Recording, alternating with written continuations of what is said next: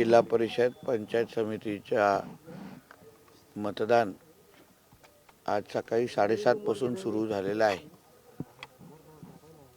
आणि मी सिंधुदुर्ग जिल्ह्याच्या सर्वच मतदार बंधू भगिनींना, तरुण मित्रांना मनापासून आवाहन करेन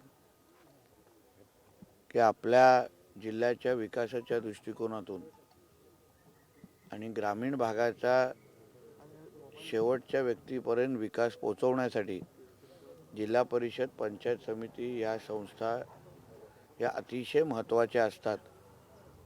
इथे योग्य लोक नेतृत्व करणं, लोकप्रतिनिधी म्हणून तुम्ही निवडणं, जेणेकरून उद्या रस्ते, पाणी, वीज किंवा अन्य नागरी सुविधा ज्या काही आपल्याला उपलब्ध करायच्या असतील, राज्य सरकार म्हणून जी काही ताकद उभी करायची असेल, ते आमच्या ह्या लोकप्रतिनिधींच्या माध्यमातून आपल्यापर्यंत आम्ही पोचू शकतो.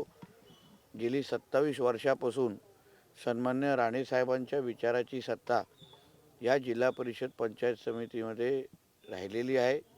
लोकांनी अनुभव घेतलेला आहे आणि म्हणून परत एकदा आज आपण आपला मतदानाचा हक्क बजावून मतदारांनी या जिल्ह्याच्या सर्वांगीण विकासासाठी आणि ह्या जिल्ह्याचा प्रत्येक नागरिकाला त्याच्या गावागावापर्यंत विकास पोहोचवण्याच्या दृष्टिकोनातून आपण आम्हाला मतदानारूपी आशीर्वाद द्यावा ही विनंती या निमित्ताने करीन.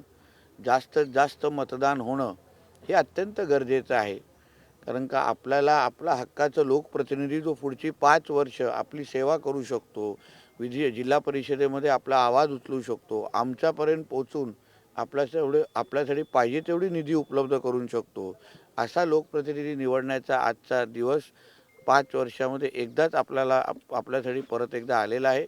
म्हणून मी कळकळीची विनंती करीन की कमळ आणि धनुष्यबाण हे जे आमचे महायुतीचे जेवढे उमेदवार आहेत पूर्ण जिल्ह्यामध्ये, या सगळ्या जणांना आपण आशीर्वाद द्यावं.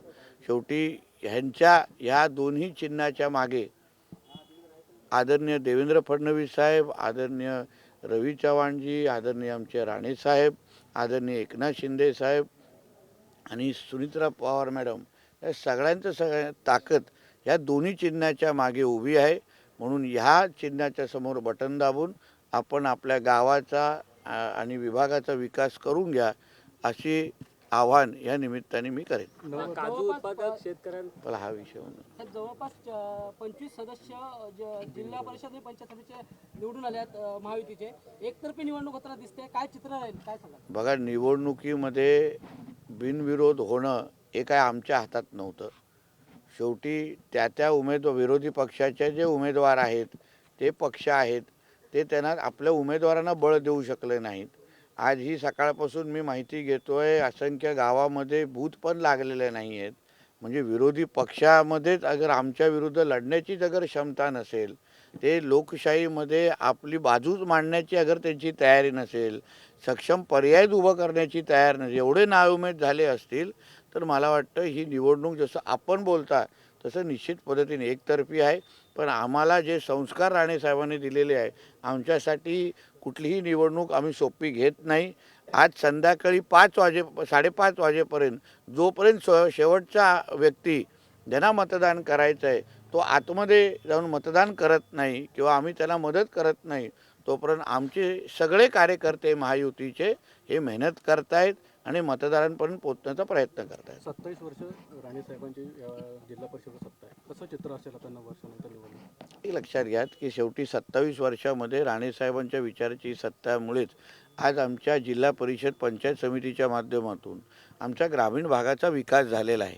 पहिलं आम्ही 35,000 तर आमचं दरडोई उत्पन्न होतं, आज आम्ही 2.5 लाखाच्या घरामध्ये गेलेलो आहे. हे नेतृत्वामुळेच शक्य होतं, हे त्यांच्या दूरदृष्टीमुळे शक्य झालेलं आहे.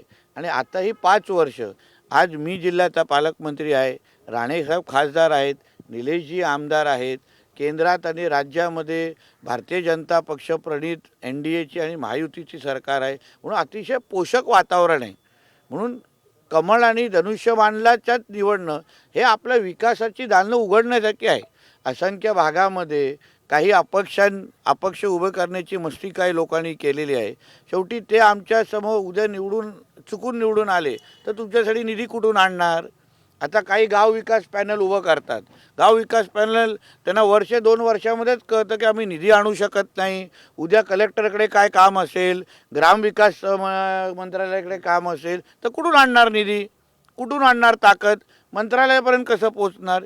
ह्यापेक्षा एक राणे साहेबांच्या विचाराची आणि फडणवीस साहेब आणि एकनाथ शिंदे साहेबांना पाठिंबा दिलेले हे सगळेचे सगळे महायुतीचे उमेदवार कमळ आणि धनुष्यबाणचे ह्यांना तुम्ही निवडलं तर तुमच्या भागाच्या विकासाची पूर्ण गॅरंटी ही आम्ही घेऊ शकतो. मुंबईमध्ये आज भाजपचा महापौर पदाचा उमेदवार जो आहे तो अर्ज भरणार आहे. दुसरीकडे उद्धव ठाकरेंच्या शिवसेनेचा देखील उमेदवार असणार आहे रिंगणात. शेवटी एक लक्षात घ्या, आज मुंबईकरांनी आपला महापौर निवडलेला आहे. आपले कुठल्या सत्तेच्या कुठल्या पक्षाच्या माध्यमातून मुंबईचा विकास झाला पाहिजे हे मुंबईकरांनी कौल दिलेला आहे. आम्ही जसं वारंवार बोलत होतो की जय श्रीराम म्हणणाऱ्या महापौराला तुम्ही महापौर बनवण्याची संधी द्या, ते मुंबईकरांनी ऐकलेलं आहे आणि ते आम्हाला क्लिअर मेजॉरिटी महायुतीला दिलेली आहे. पण तोंडावर आपटण्याची सवयच उद्धव ठाकरेला झाली असल्यामुळे त्यांनी त्याच्यात PhD केल्यामुळे परत एकदा तोंडावर आपटेल, त्याच्यामध्ये नवीन काय. काजू उत्पादक उद्योजकांसाठी महत्त्वपूर्ण निर्णय सरकारने घेतलेला आहे. तुम्ही अनेकदा पाठपुरावा केला आहे, त्याला यश मिळतं का? बघा, लक्षात घ्या, काजूवर आमचं ह्या कोकणातलं अर्थकारण अवलंबून आहे. आंबा, काजू, मासेमारी ह्याच्यावर आमच्या कोकणाचं अर्थकारण मोठ्या प्रमाणात अवलंबून आहे. आणि म्हणून आम्ही सातत्याने देवेंद्र फडणवीस साहेबांवर पाठपुरावा करत होतो की आम्हाला एक बाजूला काजूला हमीभाव आणि दुसऱ्या बाजूला काजू उद्योगाला चालना देणं. आणि म्हणून आमच्या विनंतीला मान ठेवून आदरणीय देवेंद्र फडणवीस साहेबांनी योग्य तो निर्णय घेतला, त्याचा GR काढला. आता काजूच्या माध्यमातून आमची कोकणाची अर्थव्यवस्था अजून भक्कम करण्यासाठी मार्ग मोकळे झालेले आहेत.